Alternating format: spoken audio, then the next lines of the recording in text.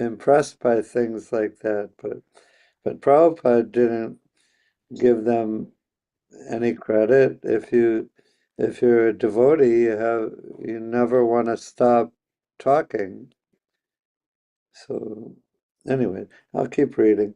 Of course, many times in the day, Prabhupada was actually silent, alone in his room, but that silence was also Krishna conscious. Sometimes Govinda Dasi would peek in and find him reading the Sanskrit Bhagavatam commentaries, chanting on his beads, or dozing briefly at his desk after lunch. Sometimes he would sing verses from the Chaitanya Charitamrita or walk around the apartment with his hand in his bead bag, chanting to himself and observing his assistants. I didn't read this part last week, did I? And do you remember? I know I read it to somebody else.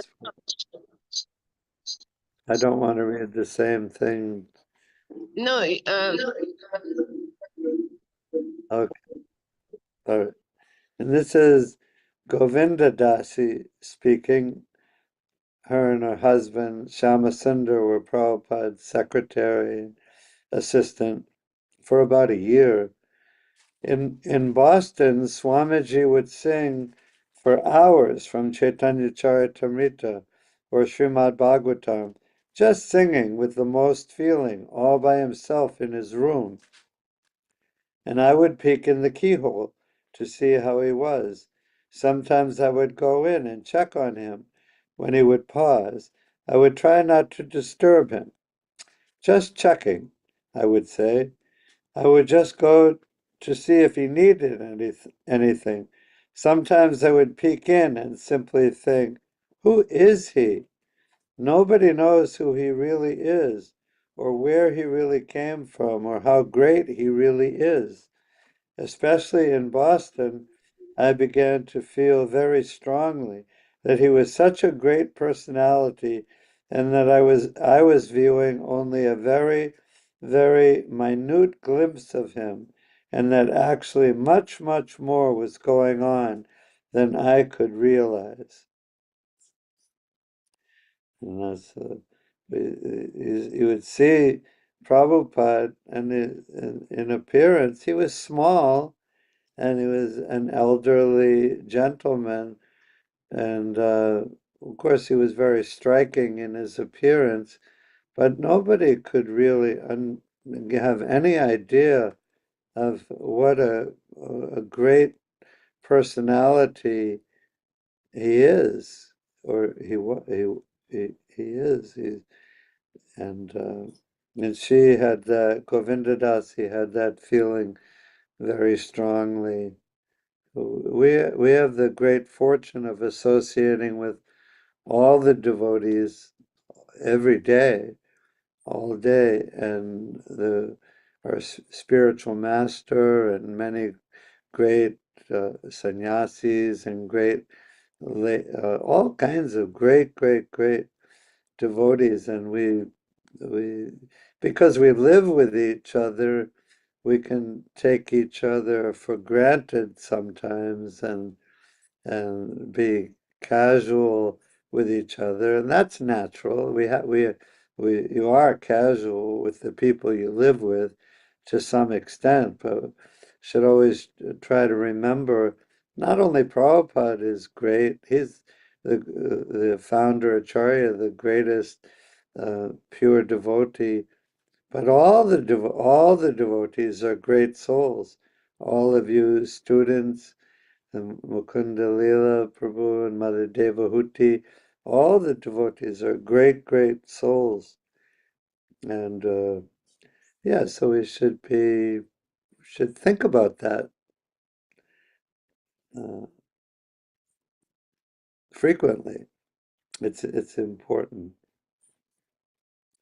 It's, a devotee might go in to ask Swamiji what he wanted for lunch, or to check on his travel schedule, or to get advice on some business item, but the talk would almost invariably turn to Krishna conscious philosophy, once matters at hand had been dealt with.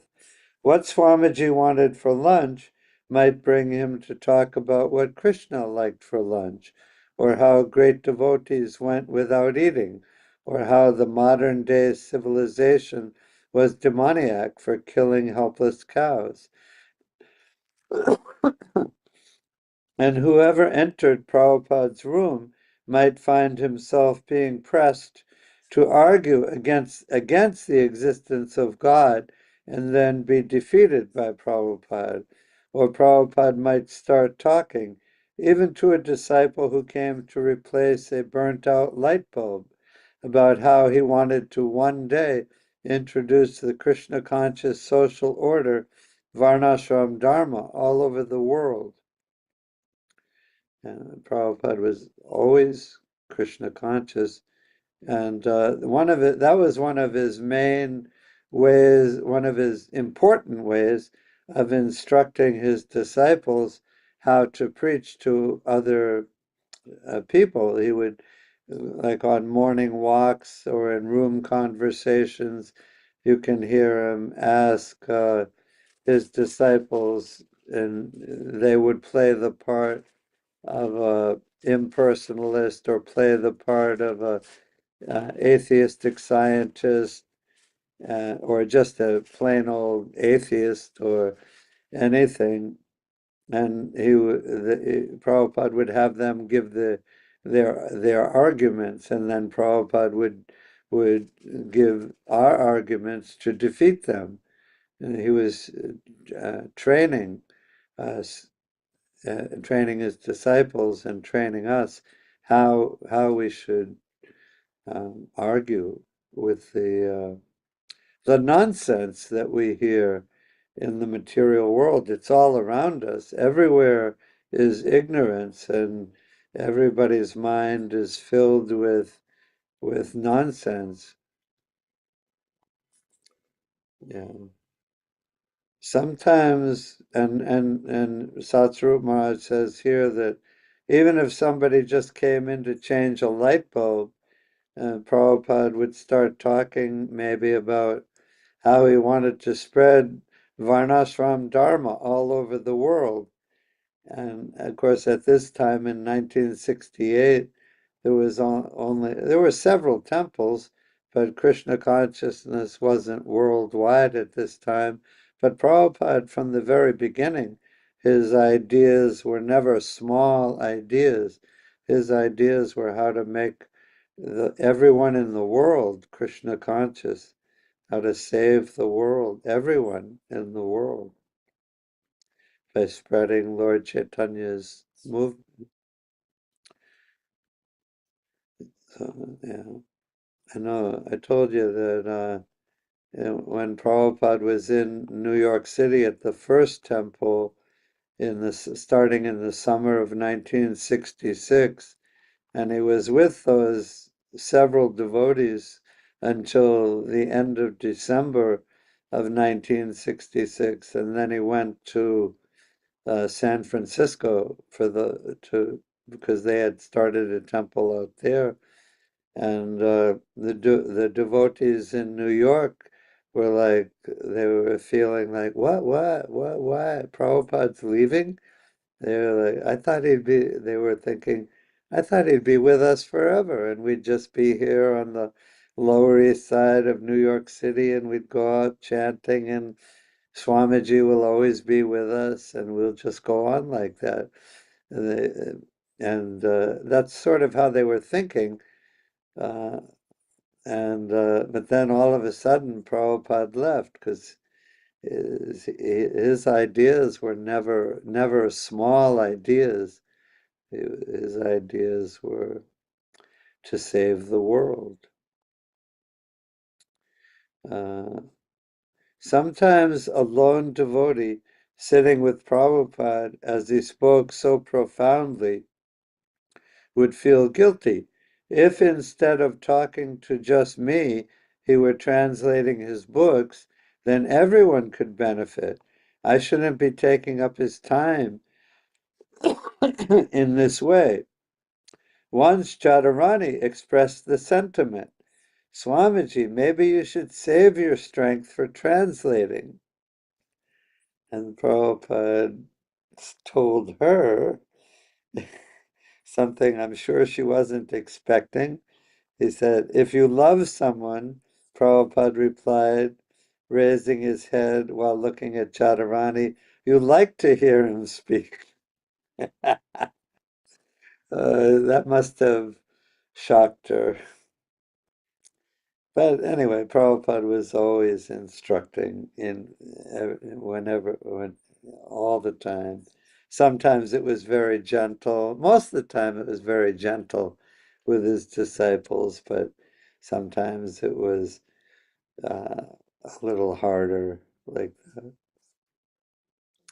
More often, however, once a devotee got into Prabhupada's room, he wouldn't leave until Govindadasi came in, dropping broad hints or pointing to her watch and signaling from the doorway.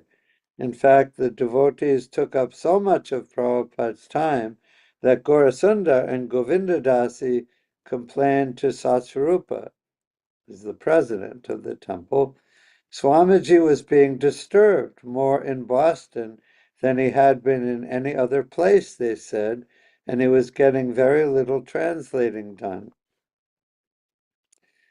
Alarmed that Boston was becoming inconvenient for Swamiji, Satsvarupa agreed to restrict devotees from seeing Prabhupada in his room. The next morning they came back from the morning walk, Satsvarupa Maharaj speaking. Following my instruction the next morning, everyone stopped at the bottom of the porch. Swamiji alone walked up the steps to his house. When he got to the top step, he turned around to see us all standing there, and he waved to us, "Come on!" Everyone immediately ran up the stairs and joined in his room. Feeling guilty that we were taking up his time, I made an attempt to terminate the discussion in his room. Bowing my head to the floor in a gesture of leaving, I announced to Srila Prabhupada, "We will leave you now and let you do your work." But Swamiji checked me as presumptuous. "You think I am not working now? Do you think this is not work?" He said, "You do not know what work is. This is also work." And he talked on. So Prabhupada had to write his books, of course, for the whole world, but he had to take care of his disciples who were very dependent on him and very new to Krishna consciousness, and they would hardly ever get a chance to see him. He was in Boston for a little while, but then he would go somewhere else and somewhere else and somewhere else. So this was a rare opportunity for them to be with him. So Prabhupada said, this is work too, taking care of my disciples individually, giving them my association.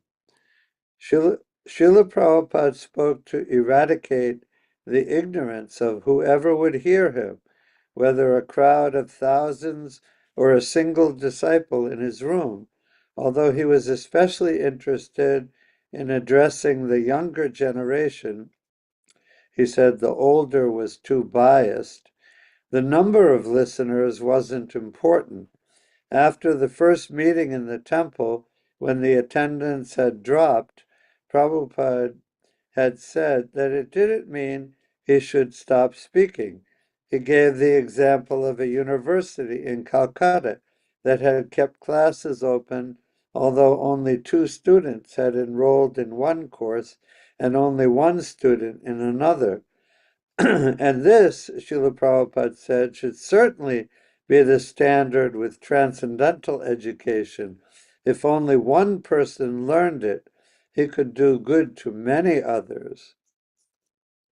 And of course, now there are many like you, young men and women, and us here in Boston. There are many of us all around the world hearing from Prabhupada, hearing from our spiritual master, and but still, it's a relative. It's not that many people. Even it's maybe millions of people now in ISKCON centers around the world, congregation and guests and resident devotees. It's maybe millions of people, but that's still a very small number, considering there's 7 or 8 billion human beings on the planet. A few million people isn't very much. So we take it seriously, and we have to also be preachers and help to save as many people as possible.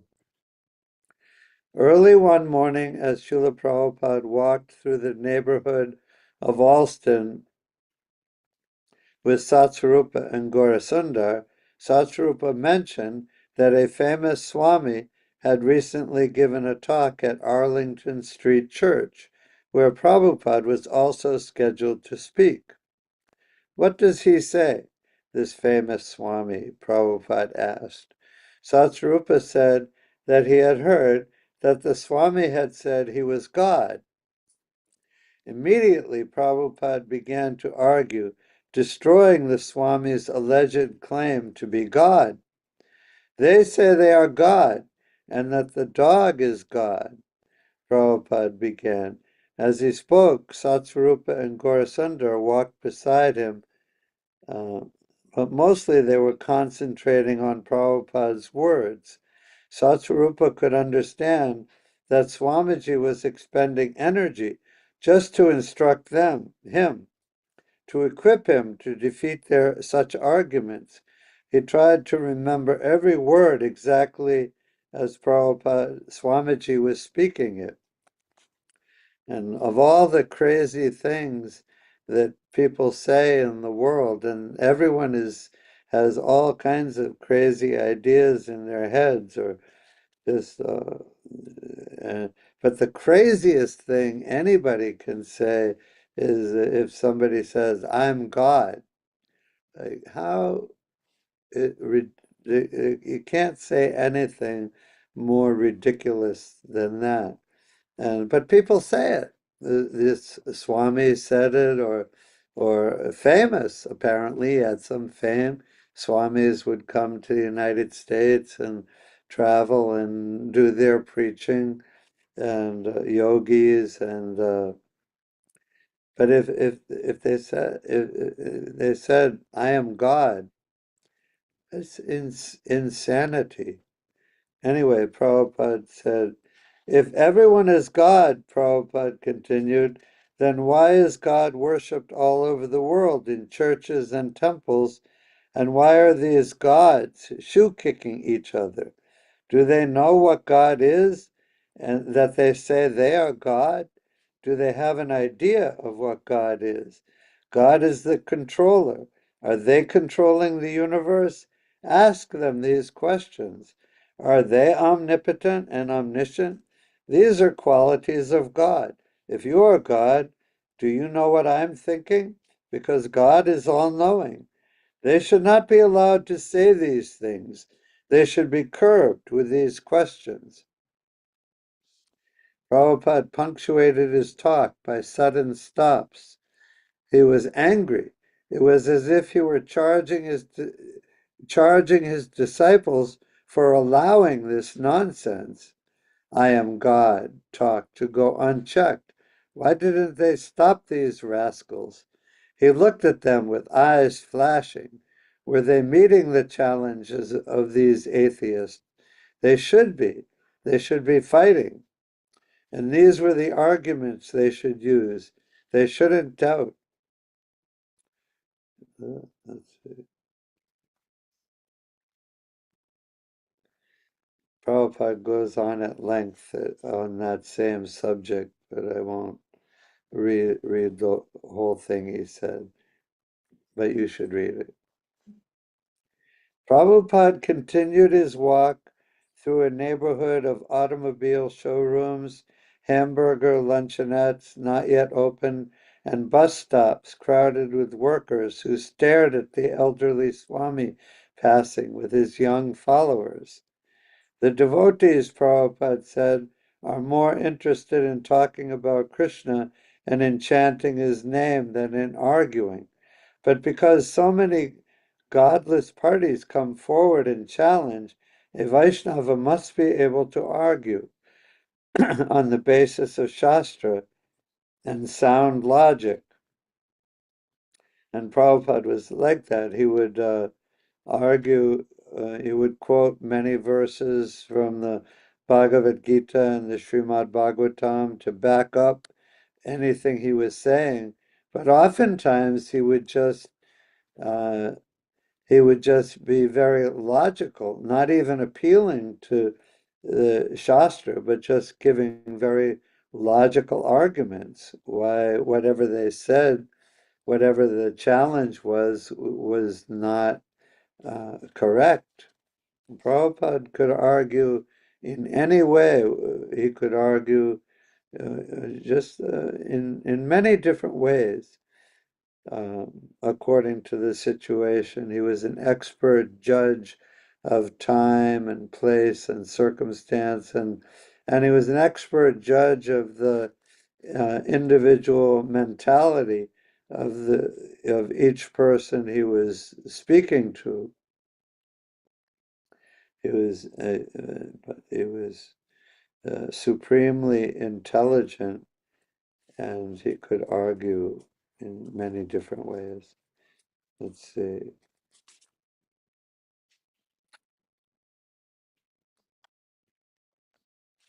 Okay.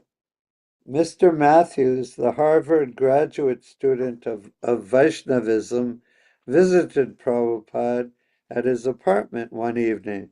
So even in 1968, at Harvard University, this was before Krishna consciousness was very well established, but even back then, Harvard, they have students studying all kinds of things, and he was a graduate student in Vaishnavism. He had some interest, and he thought, let me study Vaishnavism. Prabhupada explained that if one is inquisitive, not about temporary things, but about the absolute, then he must go to a guru. Mr. Matthews asked whether sannyas was necessary. According to Bhagavad Gita, Prabhupada replied, a sannyasi is one who has given everything to the service of Krishna. The dress and social standing are not important. While Mr. Matthews posed intricate questions about the contemporary situation of spiritual masters in India, Srila Prabhupada explained that a true spiritual master must be in disciplic succession and must strictly follow the regulative principles of Vaishnava behavior. The current family custom in India of having a family guru was foolishness. The guru was not a family commodity or a pet. Mr. Matthews was trying to make the point that Prabhupada was not the only spiritual master, and that there were many pure devotees in places like Vrindavan who did not necessarily go out for preaching, but who preached to whoever came to them. He had some familiarity. Maybe he had been to Vrindavan, but he had some familiarity because he was studying it and as a graduate student. Lord Chaitanya, said Srila Prabhupada, ordered to go out and preach Krishna consciousness. Not that I stay in Vrindavan, and if anyone comes to me, I will teach. We must go out and go to them. Chaitanya Mahaprabhu ordered like that. He is the authority. We don't serve this or that. We serve Krishna and nothing else. I am a servant of Krishna. And the best position for preaching is sannyas, because he doesn't have to send money to his family or go back to his wife at a certain hour. but everything is for Krishna. This is the attractive background for preaching. The dress is not important. Mr. Matthews disagreed that a spiritual master had to be a sannyasi or a renounced preacher. After about an hour, Mr. Matthews checked his watch and became alarmed. Oh my goodness, it's late. I'm having guests over and my wife is cooking a dinner for them. I have to go. You see, Prabhupada said, this proves my point. Anyway, we have many, many great householder couples in ISKCON who are so renounced, and so many brahmacharis, so many ladies. And we have, of course, the official brahmacharis and sannyasis, and that has to be there. There has the sannyasi and renounced brahmachari is an essential part of the Vedic culture. They're given a special respect because they've taken a vow, especially the sannyasi has taken a vow of renunciation. But all the devotees in ISKCON, are renounced uh, in very basic, important ways. Anyway, but sannyasi is important, especially for preaching. Prabhupada gave sannyas to after just a year or so. He gave sannyas to Kirtananda Swami in Vrindavan, and over the next several years, he gave sannyas to quite a number of young men, and many of them had trouble and didn't remain as sannyasis. But many of them stayed sannyasis throughout their whole life, and Prabhupada considered it an essential feature in his preaching movement. He knew the risk he was taking by giving young men, awarding them sannyas. He knew how difficult it would be for them. And just like in the beginning, Prabhupada was initiating disciples very, very quickly after a week or 2 weeks or a month, or very quickly, Prabhupada was giving initiation. And and he knew that his disciples weren't very fixed up yet, and they would have difficulty. But Prabhupada was trying to start something like now, right away, and for that preaching work, starting ISKCON, he wanted initiated devotees. He wanted Brahmin initiated devotees. He wanted sannyasis. And there would, like in wartime, people are drafted into the army who have no experience with any kind of military discipline or holding a gun or anything, but it's such an emergency situation that the government just accepts anyone into the army. So Prabhupada, it was like that, especially in the very beginning. It was like that. Prabhupada was starting an army to fight against the material energy, and he was just taking any sincere person, whoever would come forward and accept initiation, and later on he would initiate quite a few sannyasis because the situation in the material world is so dire, so desperate situation all over the world. Okay. And it's still a desperate situation. It's not like it's less desperate now. It's still an emergency situation.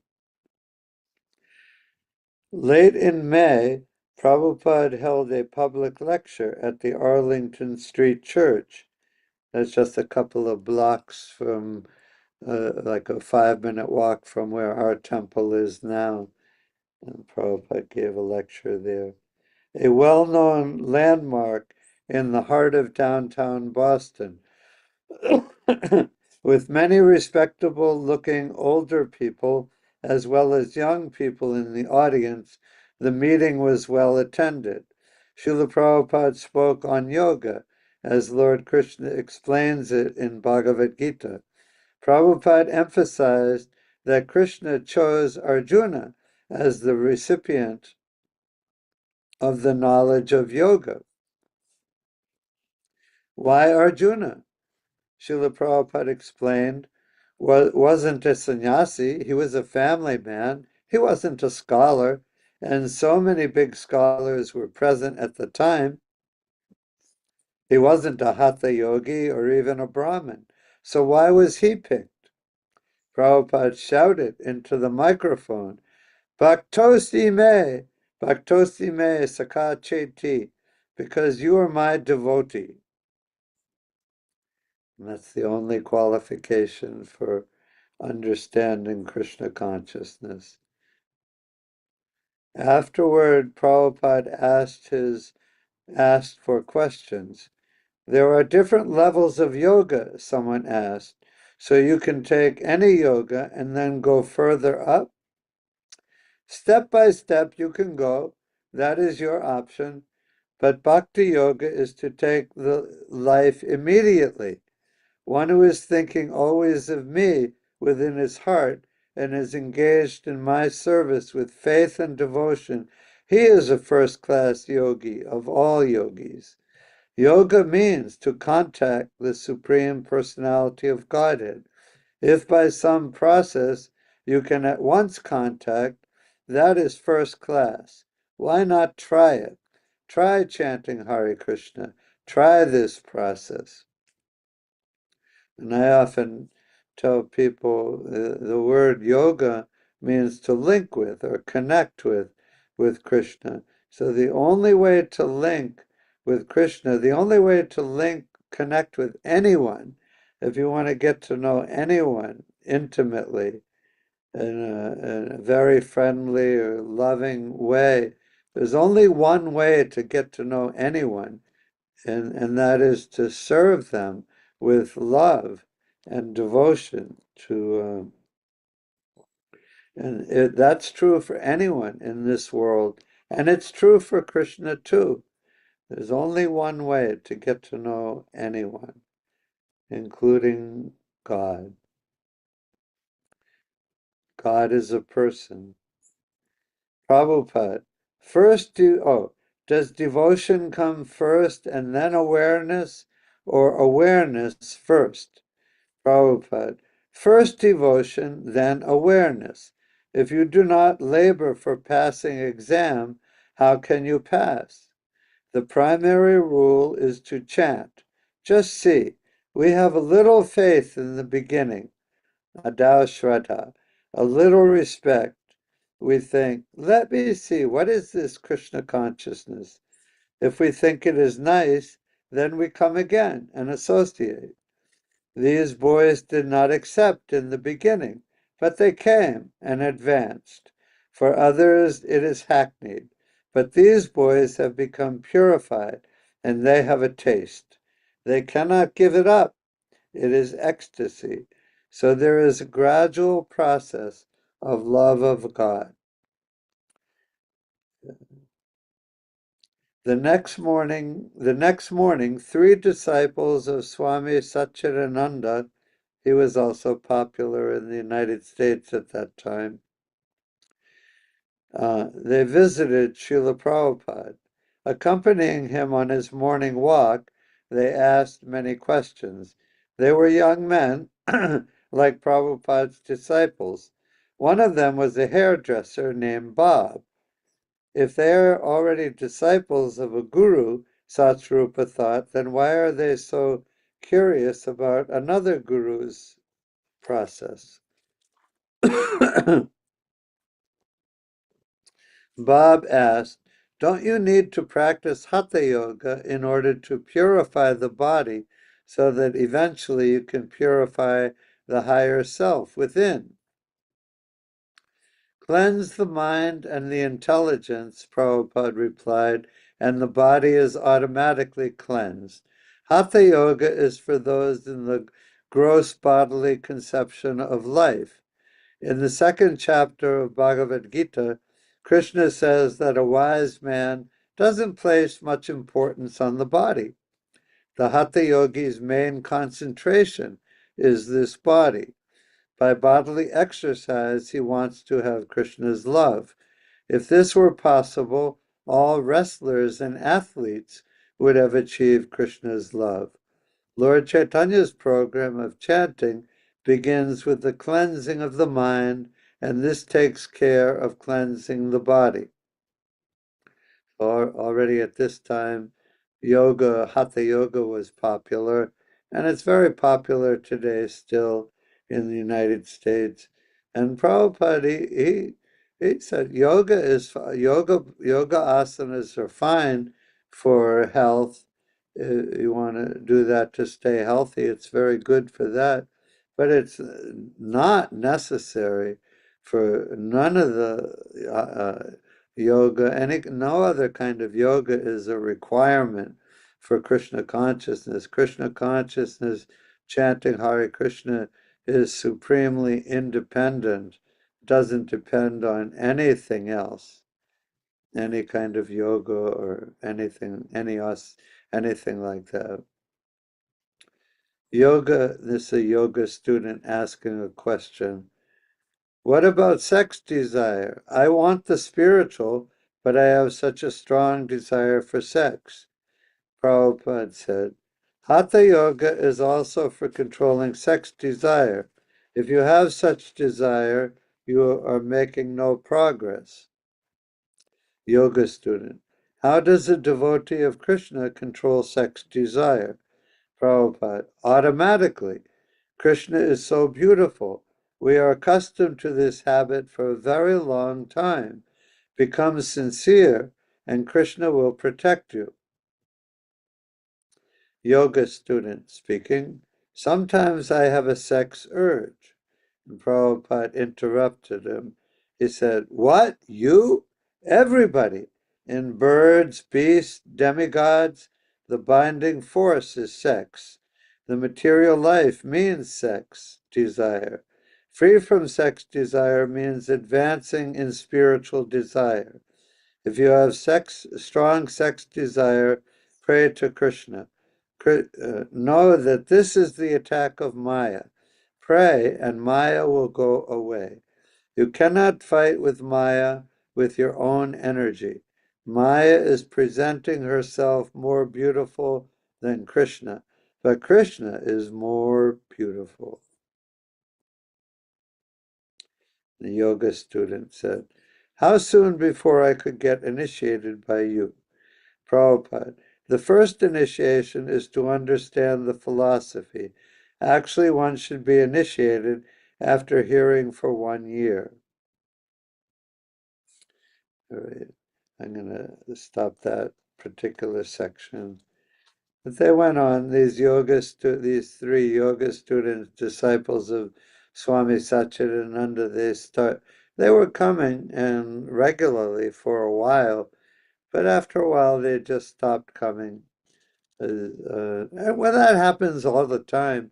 So many people come to Krishna consciousness, and in the beginning they're very attracted, but after some time, many people stop coming, and they stop associating with devotees. But Krishna doesn't. They may try to forget Krishna, forget about Krishna consciousness, but they won't be able to throughout their life, there's a verse in the Srimad Bhagavatam that says that having tasted the nectar of the lotus feet of Krishna, one can do nothing but remember that taste again and again.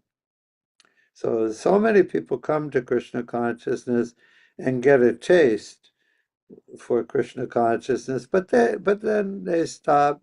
They want something in material life more, and so they stop. But you can believe me when I tell you that Krishna does not let anyone forget about him once they have any kind of initial attraction. They will remember throughout their lives uh, how I used to go to the temple. The prasadam was so good. I liked the kirtan. I remember this devotee used to talk to me. And maybe they won't come again for a year or 10 years or 20 years or 30 years, or maybe not again in this life. But Krishna, they'll never forget Krishna, and Krishna will remind them again in their next life, and they'll come. Krishna is very strong and he's very persistent. And once he gets hold of someone, he doesn't let them go. That is a fact of life. Okay, so let's see.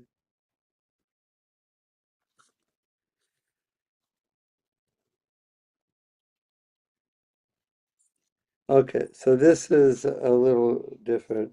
One night, while Prabhupada was down on his hands and knees before the altar, just about to rise up after offering obeisances, he began to carefully scrutinize a picture one of the devotees had recently placed on the altar. The picture showed a young woman handing baby Krishna to his father Vasudeva. Both Vasudeva and the young woman were standing in a river. The devotees didn't know the meaning of the picture or who the woman was, so one of them asked Prabhupada about it. While Prabhupada and a half a dozen devotees remained on the floor on their hands and knees, Prabhupada told them the story. Krishna's father, Vasudeva, had been carrying him across the Yamuna when Krishna had fallen in. In great anxiety, Vasudeva had searched within the water for his son. The Yamuna River personified the young woman in the picture, had then risen out of the water and handed Krishna to Vasudeva, saying, I just wanted to play with him for a while.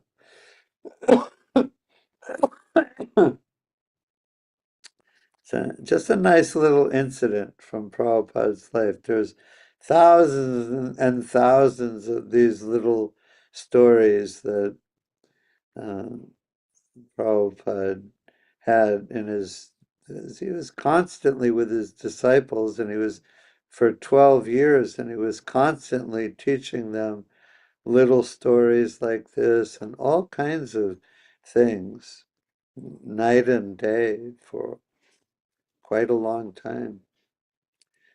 Let's see. Oh, this is a nice one. One night after his lecture, while Prabhupada sat conversing with disciples, Govindadasi handed him an advertisement Rai Ram had designed for Back to Godhead magazine. The ad featured several pictures of Prabhupada and the headline that said, This man has changed the history of the world. The devotees were proud of the ad, which was supposed to be in accordance with the latest graphic and advertising trends. Prabhupada, however, held the ad in his hand silently. Finally, someone asked him what he thought of it, and Prabhupada replied, This is not good. It is not considered respectful to call the spiritual master by the term man. This shows the state of consciousness of the disciple, he explained, and frowning, he handed back the ad. You might say, well, that's a pretty nice thing to say. This man has changed the history of the world. And it would have been very proper if he had said, this um, bona fide spiritual master or this acharya has changed the history of the world. But to Prabhupada said, And the devotees, they didn't see anything wrong with it, but Prabhupada was much more in tune with the mentality of his disciples. He was very much in tune with the mentality of everyone. And he could understand that the devotee who had uh, uh, called him a man had was minimizing Prabhupada's position as a founder Acharya of the ISKCON society. He's not just a man, you know.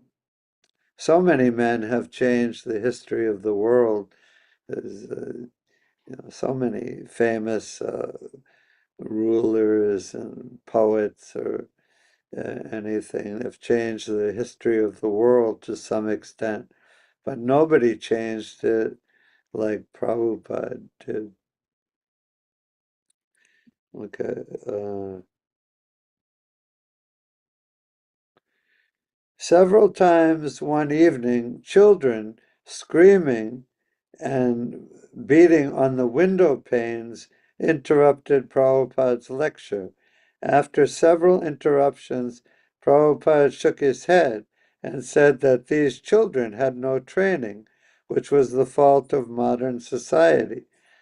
And definitely it was like that. It's not was like that, is like that in the United States. Kids, there's very little training of pretty much any kind, especially the spiritual training. Kids are in the United States are pretty wild. Of course, all young kids are a little bit wild, but not definitely in the United States. And so a man in the audience objected, but children are known as the divine folk. What is that? Prabhupada asked. These children are supposed to be divine. Prabhupada looked at the man. Supposed to be, he said dryly. That's all right. A lot of people have that idea that little children are completely innocent and like sent from heaven, and they're just like divine folk. And yeah, so children appear, or in a sense, innocent, but not really. If a child is 4 years old, probably 5 years ago, he was a sinful man or woman in his previous life. So it's not performing all kinds of sinful activities. So children are not innocent. Of course, the children who are born into the families of devotees are very special children, and but of course they need purification too. Not that they're pure devotees, maybe some are, but in general, the children born into devotee families are not pure devotees. They also need training and purification in Krishna consciousness, and they have the best opportunity because their parents are nice devotees. All right. So I guess that's enough tonight. What do you think?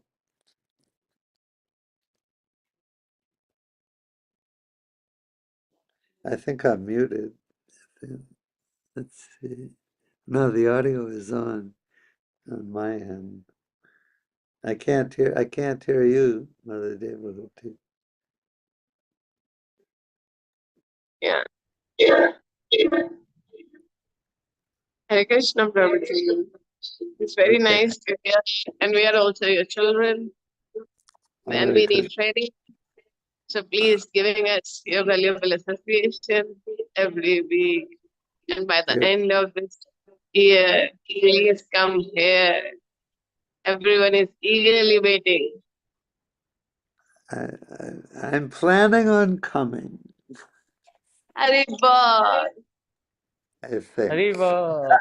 Haribo. I'm planning on coming. All right. That's Srila Prabhupada. Anybody has any question or comment? Please feel free. I don't have to. It's okay. It's all right. They're a bit shy. Once you come here, they'll Okay. Yeah, right. That's I'll just. Anybody can share what they like the most from the class. Oh, there is one question in the chat. yeah. I don't see It a says, question. yeah, it says, Prabhuji, Srila Prabhupada mentions to Jadurani Mataji that if you love someone, you like to hear him speak. How does Yeah. one cultivate that kind of love that we go on hearing Srila Prabhupada constantly? Question in the chat. Everything that we do in Krishna consciousness is purifying us more and more. Every time you say the name Krishna, every time you see the deities and bow down, every time, every little thing we're doing in Krishna consciousness is purifying us and making us more, and it will make us more eager. The main thing is you have to practice. You should just practice. Make it a part of your, if not daily schedule, make it a regular part of your devotional life to listen to Prabhupada and listen to your spiritual master. If your spiritual master has books that he's written, then read his books and read Prabhupada's books and listen to Prabhupada audio and just make it a part of your practice. And as time goes on, you'll see that everything will develop naturally. The process of Krishna consciousness is sure and guaranteed to be effective for every single person who takes to it sincerely. So the cultivation is basically everything that we do, every little thing that we do, every step that you take, walking to the temple in the morning is a step of holy pilgrimage. Every word, every breath that you take to chant Hare Krishna, you're breathing for Krishna. Every time you open your eyes and see a picture of Krishna or see the deities, to look at a picture of Krishna is service. It's not only physical service, but it's just to look at a picture of Krishna or just to think about Krishna. It's is service. So just keep doing what you're doing, and believe me, the everything inauspicious will decrease, and everything auspicious will increase. That's a fact.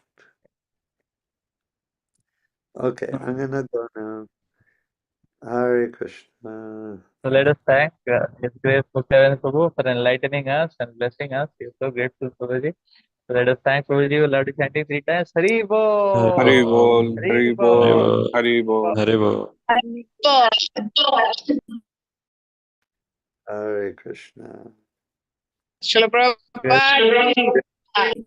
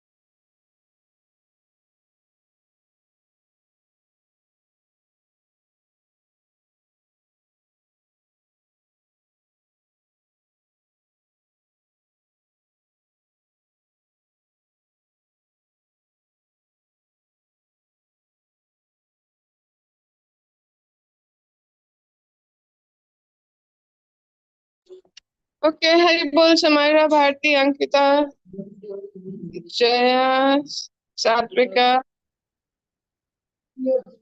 Hari Bol. Thank you so much for your enthusiastic participation. And that Satvika you were asking yesterday, huh? So Prabhu was answering that devotional service, you know. So when you love, then you want to serve. So that's where the very meaning of the word bhakti is premay seva. Because if somebody is saying, I'm a great devotee, but not doing anything for Krishna, then where is bhakti? So that's why the bhakti word, because English cannot be the exact translation for the Sanskrit word. So bhakti is actually bhajatam priti purvakam, loving devotional service. Because when you love someone, you want to serve that person, you want to please that person. To love means to serve means to please. And because we are eternal part and parcel of Krishna, that's why serving Krishna will give us the best, can only satisfy us. Only by serving Krishna, soul derives full satisfaction. Okay? And duty culminates in love. As Prabhuji was saying, that like what will come first? Somebody was asking. Devotion or what was the other thing?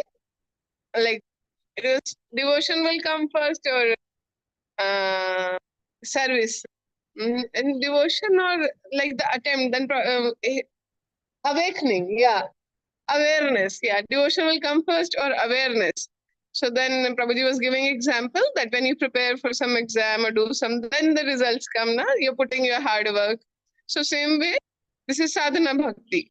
So when we do sadhana bhakti, chanting our rounds nicely in the morning, reading, hearing Bhagavad Gita, Bhagavatam, Srila Prabhupada disciples, and honoring only Krishna Prasad, avoiding asatsang.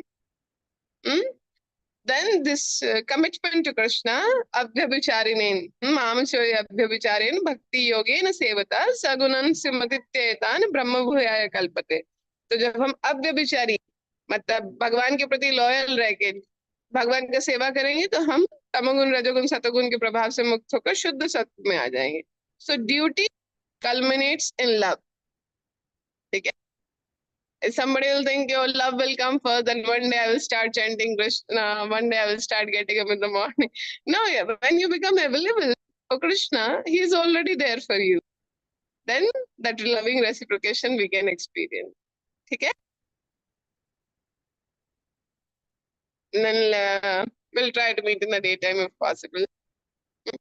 Hare Krishna, because now we have services here. Jagat Guru Srila Prabhupada ki jai. Hare Bol. Hare Krishna. Thank you.